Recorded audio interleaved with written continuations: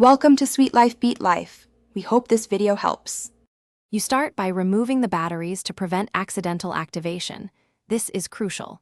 Once done, use the appropriate screwdriver to take off the keypad cover screws and lift the trim gently. Make sure to keep screws organized in the container and set the cover on the towel. You're now exposing the mounting plate and tailpiece. Don't force anything. If parts resist, check for hidden screws behind stickers or anti-tamper clips before proceeding. You'll now unscrew the mounting plate holding the interior assembly. Once removed, slide the tailpiece out while supporting the interior module. Make sure to disconnect the cable harness by pressing the release tab and gently pulling. This prevents wire damage. Note the orientation of the latch and where each screw came from, because reassembly depends on correct placement. If the deadbolt is still engaged, retract it manually. Before fully extracting, you now remove the exterior cylinder by pulling it straight out while aligning the spindle. Once the exterior slips free, lift the entire lock body away from the door.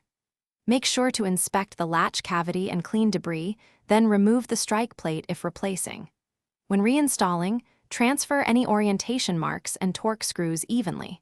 If the tailpiece is stuck, depress the latch and wiggle the spindle while applying steady outward pressure. This releases binding without damaging the mechanism. Thanks for watching. Consider subscribing if we helped you.